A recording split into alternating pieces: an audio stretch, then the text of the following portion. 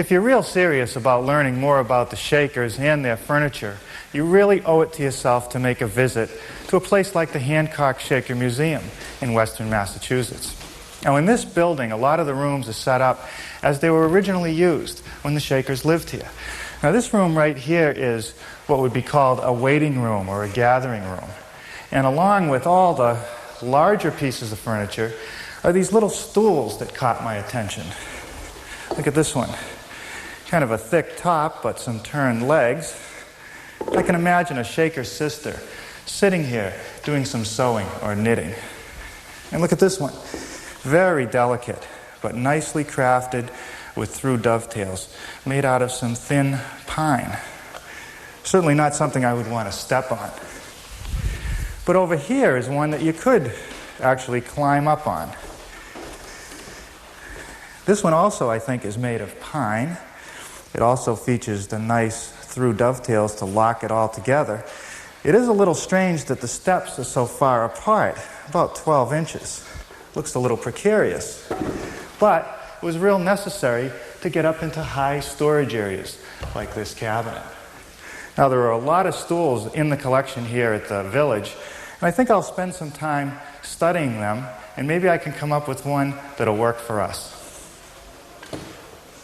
I'd also like to take a moment to talk about shop safety. Be sure to read, understand, and follow all the safety rules that come with your power tools. Knowing how to use your power tools properly will greatly reduce the risk of personal injury. But remember this, there is no more important safety rule than to wear these safety glasses. Now I'll show you how I built today's projects.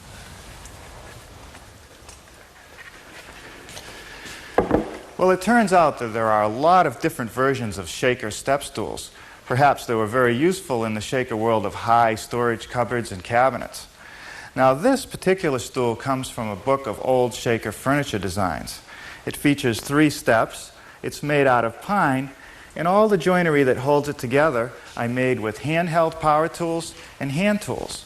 Now, this one over here is the one we saw at the Hancock Shaker Village. I made mine out of cherry, and it features these nice through dovetails that were made with a sophisticated dovetailing jig and a router. Now, with any kind of luck, we'll be able to build both of these today. Let's start with the pine one.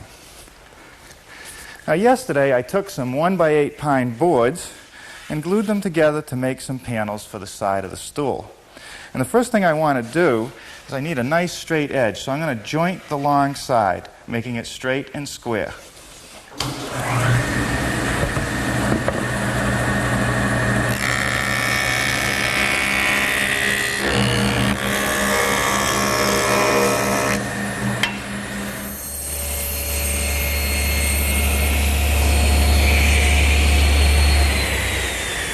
Now, I've just squared up the bottom edge of the blank using my homemade panel cutter.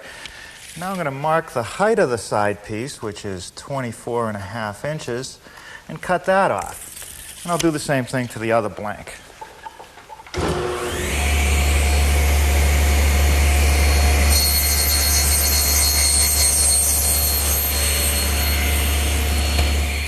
Now here's one of the side blanks with all the layout lines. And where I want to start actually cutting is along this line right here, one of the horizontal lines for the treads. Now, if you're real good, you could cut that with a hand saw. But I like the accuracy of my circular saw and a straight edge clamp.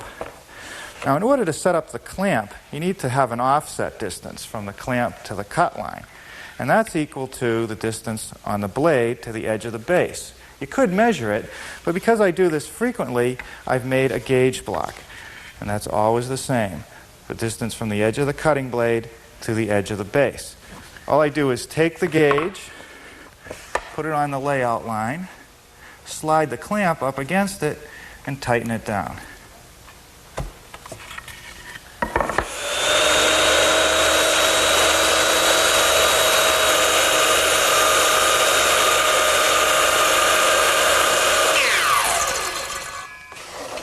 All right, that works great. Now I'll do that for all the other cross cuts.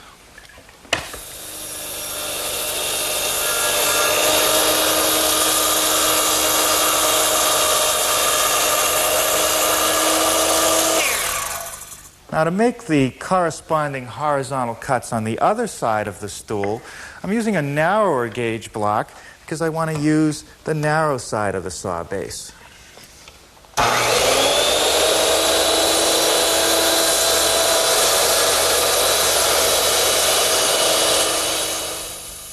Now, to make the vertical or the rip cuts, I use the same gauge block, straight edge, and my circular saw.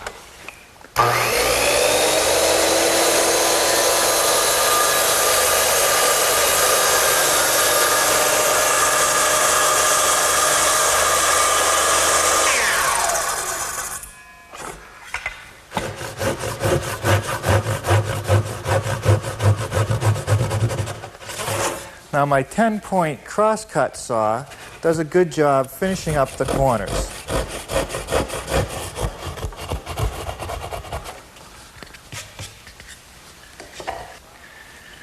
Note that the sides of the stool are held together by the treads and these rails. Now, the front rails have a half dovetail joint. I'll make those notches for my rails starting with my jigsaw, and I'll cut first for the thickness of the rail. I like to just hold on to the base of the tool, run my knuckle up against the side of the stock, and use it as a guide.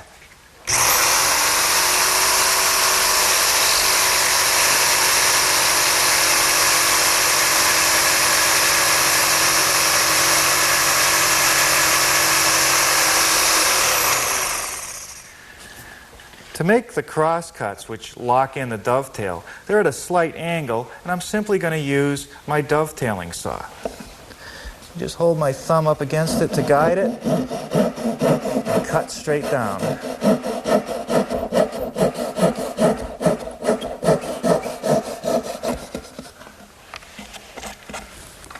There are two back rails which are let into the sides. The bottom one sits in a simple dado. I'm going to use my jigsaw and my square to make the cross cuts.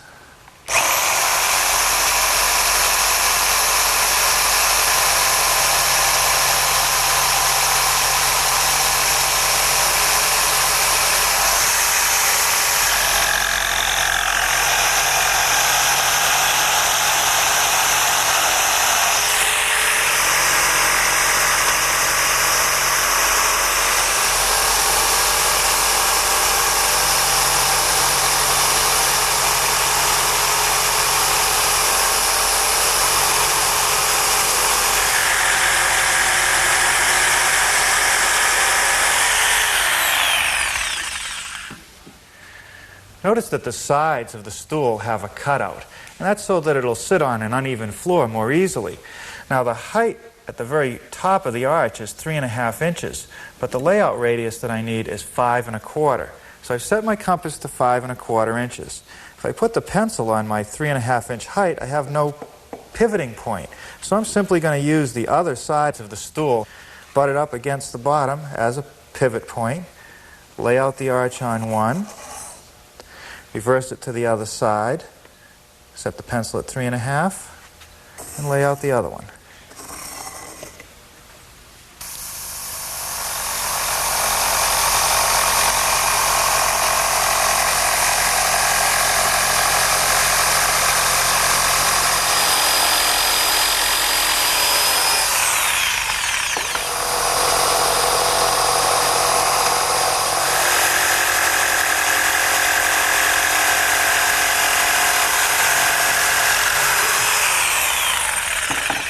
Now just sand that smooth.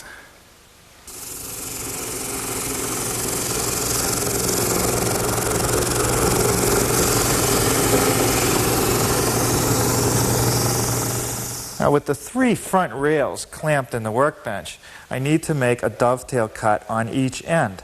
And I think there's no easier way than to use the regular dovetailing saw.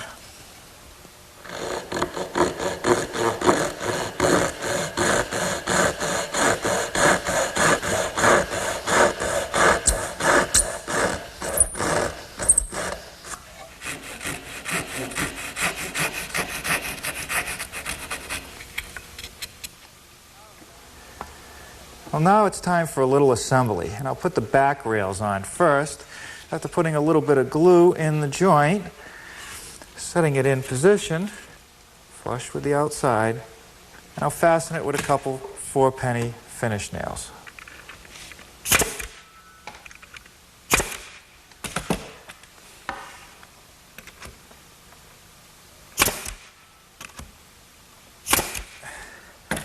Now I'll do the same thing for the top rail.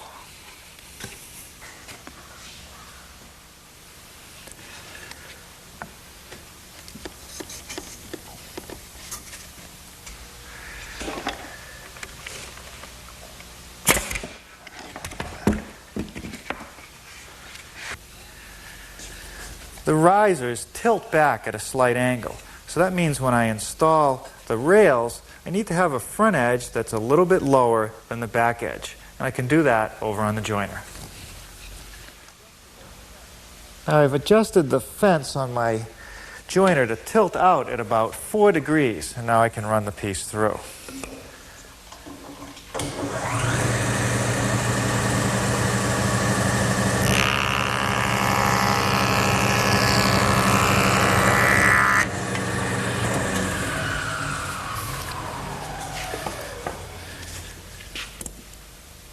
Okay, that's what I want. Now for some glue and nails.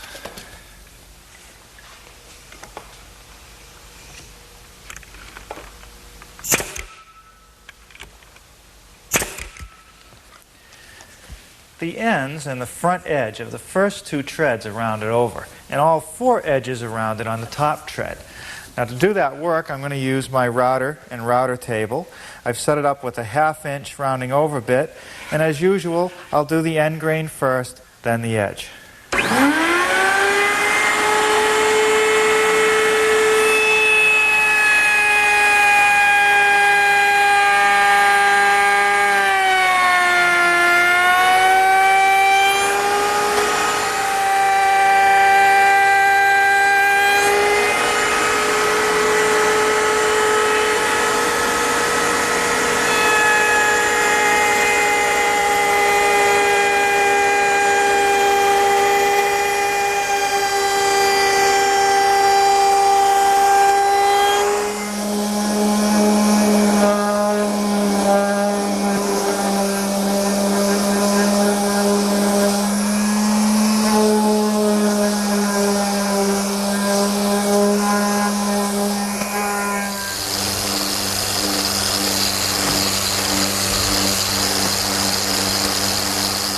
Before I can install the treads, I have to bevel the back edge so that it'll fit tightly against the riser. And for that, once again, I'll turn to the joiner.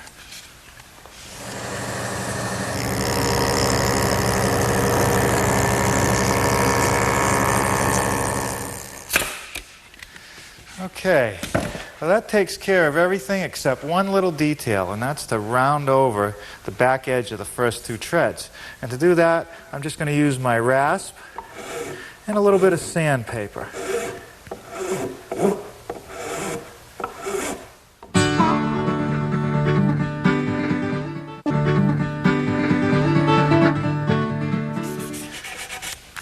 Well, that takes care of this one, except for the paint.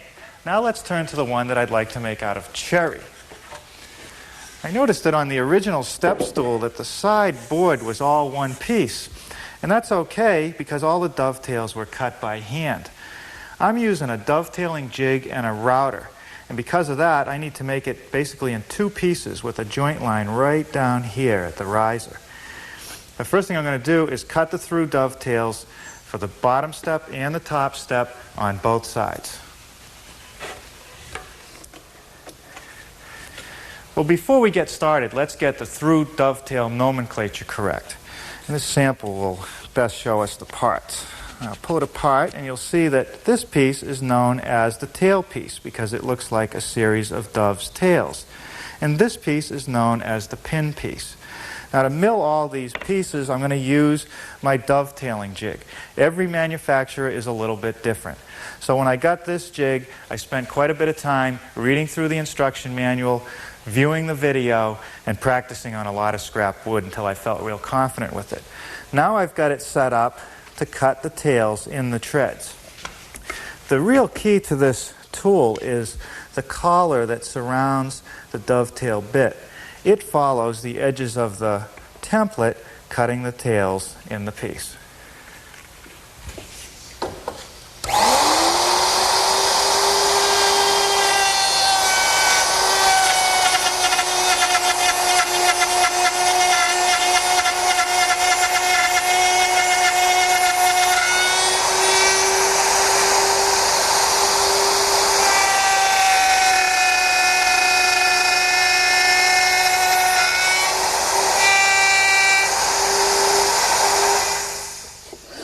Now I just turn the piece around and cut the tails on the other end.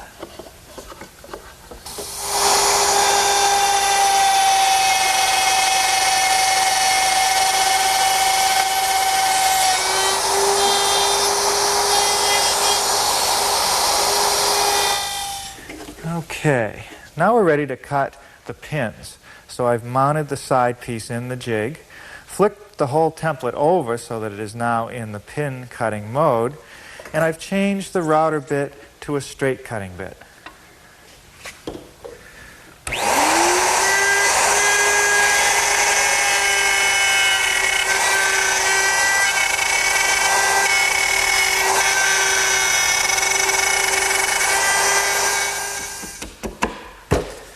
Yeah. Now that's all I need to do to the bottom step for now. Now I can start working on the top member, making the dovetails exactly the same way. Because the top tread is a little bit narrower than that first one, I have to readjust the fingers on the jig for a different tail pin layout. That's what I really like about this jig, is that because these pieces are movable, there's an infinite number of combinations.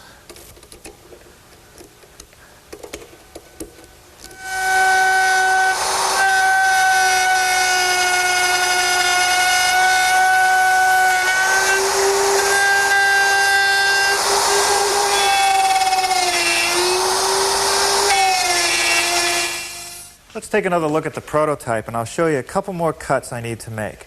I need a dado right here for this back rail. And then I need a small rabbet for the front rail down here, and another one up here. And I'll make those on the table saw.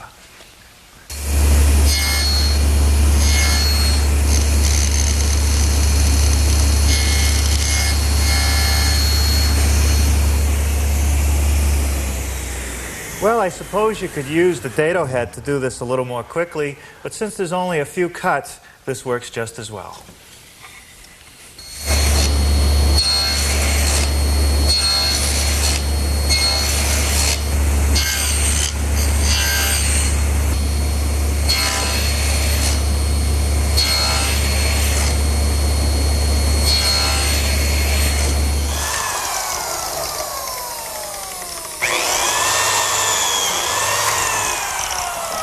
I've just finished cutting some slots in both side pieces for these compressed beechwood biscuits.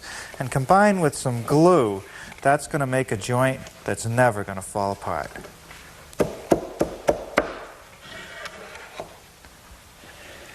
I use a brush to spread some glue up on this edge of the biscuit. Now slip the two pieces together, holding the bottom even. Okay, and now put it in a clamp until the glue dries. Now a little bit of glue in the dado at the rear of the side piece, and I can fasten the cross member. I'll just use a couple 4-penny finish nails.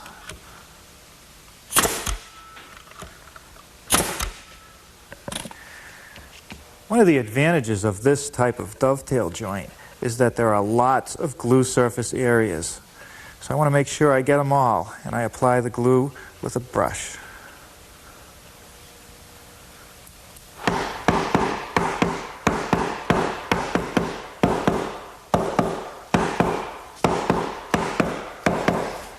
Boy, doesn't that fit nicely? Okay, now I can put the front cross pieces on. And here I'm just going to use my brad nailer with some 1-inch brads. Well, now I'll just let that set for a little while before we go on to the next step.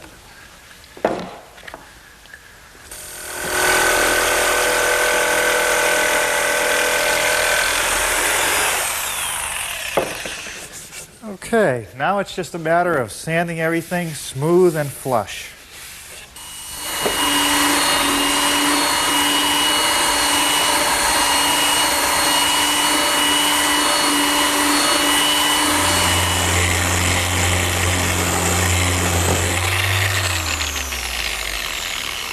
Well, it won't be long, and I'll be ready to put the finish on both of these pieces.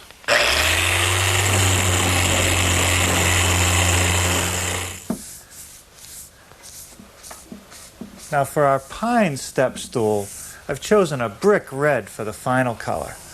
But before I can put that on, I need to prime it with a latex underbody.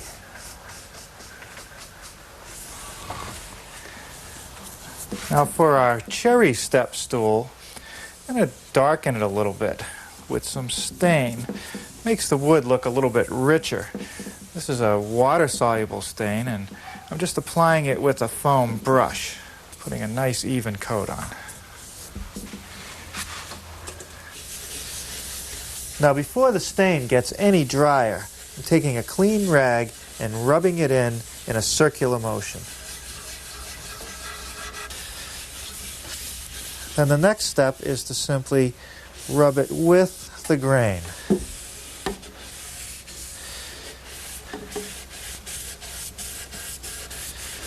The next operation to our pine stool is to fill all the nail holes. And to do that, I'm just using a little bit of glazing compound. And I find a glazing compound to be a good choice because it doesn't dry up and fall out.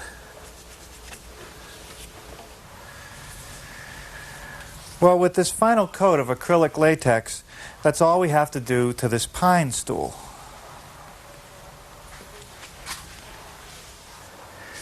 Well, this stool is going to be subject to some hard use, so I want to protect it.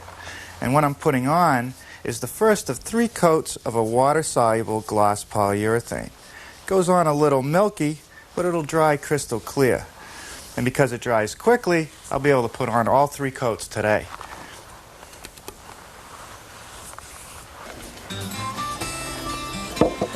Well, as we've learned, the Shakers use these stools to get up into those high storage areas. I've been told that around my house, they'll be used to display some plants. Who knows, you may come up with a whole new use for these stools.